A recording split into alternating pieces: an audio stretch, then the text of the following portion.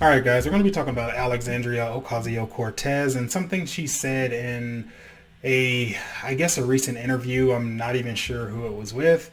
Didn't really do the research on that, but I watched it up to the point where she said something regarding the uptick in crime in New York City. At that point, the last few brain cells I had left would not let me continue. So let's talk about what she said, why she's wrong, and I mean, they had to see this coming, right?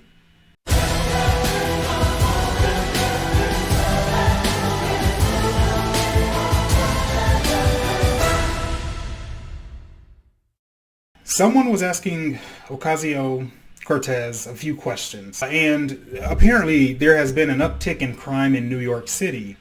And she was asked about the uptick in crime and how she felt about continuing to defund the police with the uptick in crime because some of her constituents were not comfortable doing so with crime on the rise. And so she gave a couple pointers on what she feels like is the reasoning behind this. So let's talk about those. Now, after being asked this question, she actually starts by stating that she has no police detail, basically, how her community takes care of her, all of this nonsense, which is great. You make a nice salary. I hope you stay in a part of town that is safe.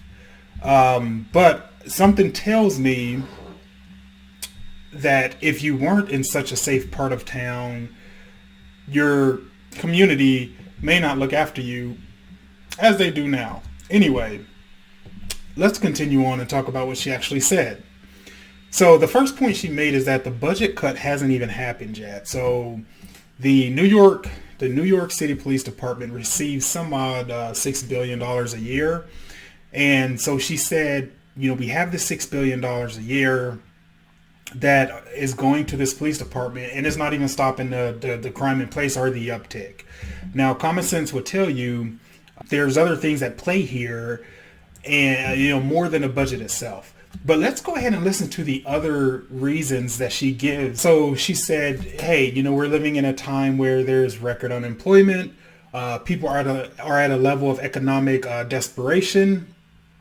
People aren't paying their rent or are afraid to pay their rent, basically, and that's leading to them doing stuff that they shouldn't do, maybe like shoplifting or whatever to feed their family. And she said maybe some people didn't receive their stimulus checks. But this is the deal. So you have demoralized the police department. That's the main reason that this is happening. The budget to me has very little to do with it. It's the idea of defunding the police, because what you have to understand is that there are very few police officers who are actually guilty of anything here. 99% of them are great American citizens that protect us day in and day out, and all the freedoms that you utilize on a daily basis, you're able to do because of law and order. The fact that you've probably turned so many of them into actual enemies at this point. And they've invested much of their life protecting people, being on the front lines, dealing with people that we don't want to deal with. When people are doing whatever, we have a number we can call and someone else comes to take care of that problem. That's what our tax dollars are for. And you've created a situation where no one wants to be a cop. And then you blame the coronavirus, basically, which is funny to me because everything in your list, record unemployment, people being at a level of economic desperation, people not able to pay their rent, even some people unable to get a stimulus check.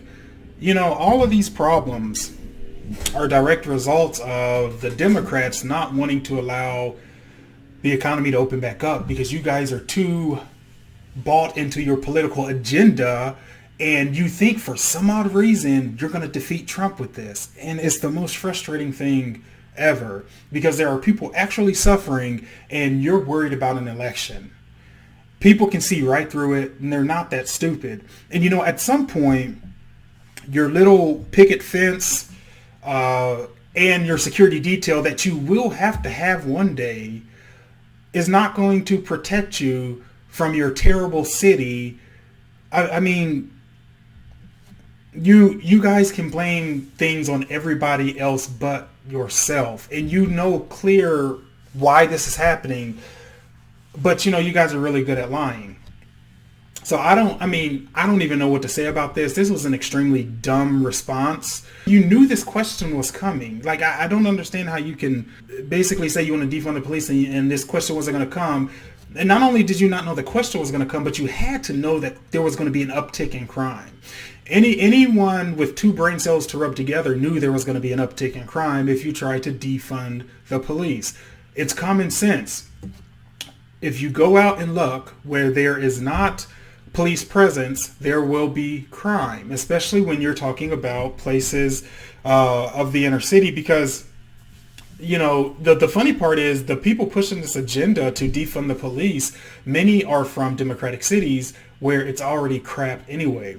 Democratic cities are run terribly. They exploit their citizens, and I really wish that they would wake up and stop voting for you guys that are just taking advantage of them.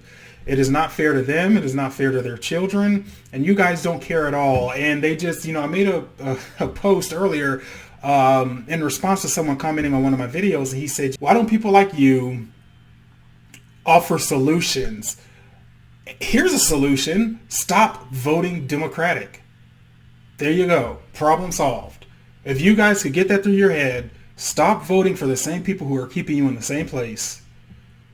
Try something different. The literal definition of insanity is doing something over and over and over and expecting a different result. How many years, how many decades have you guys voted Democratic to prove your own point that you claim that there's still systemic racism and all this other stuff? Well, how does that happen if at least half the time you guys had people in power?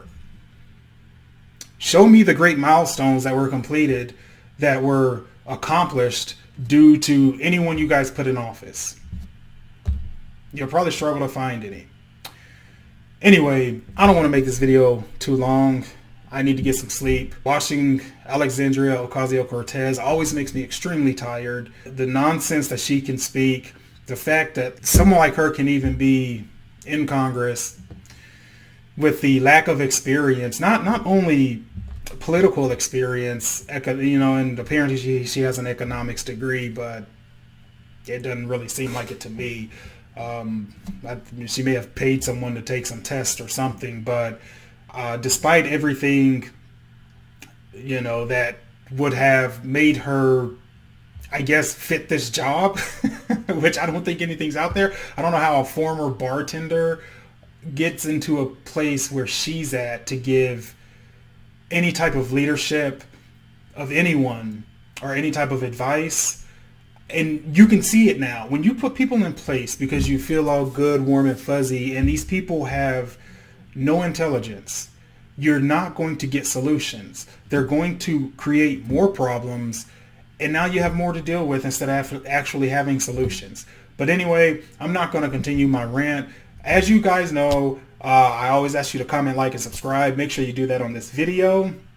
We've really been pushing hard, over 100 subscribers now. So big thank you to everyone. So yeah, I'm out. Take care.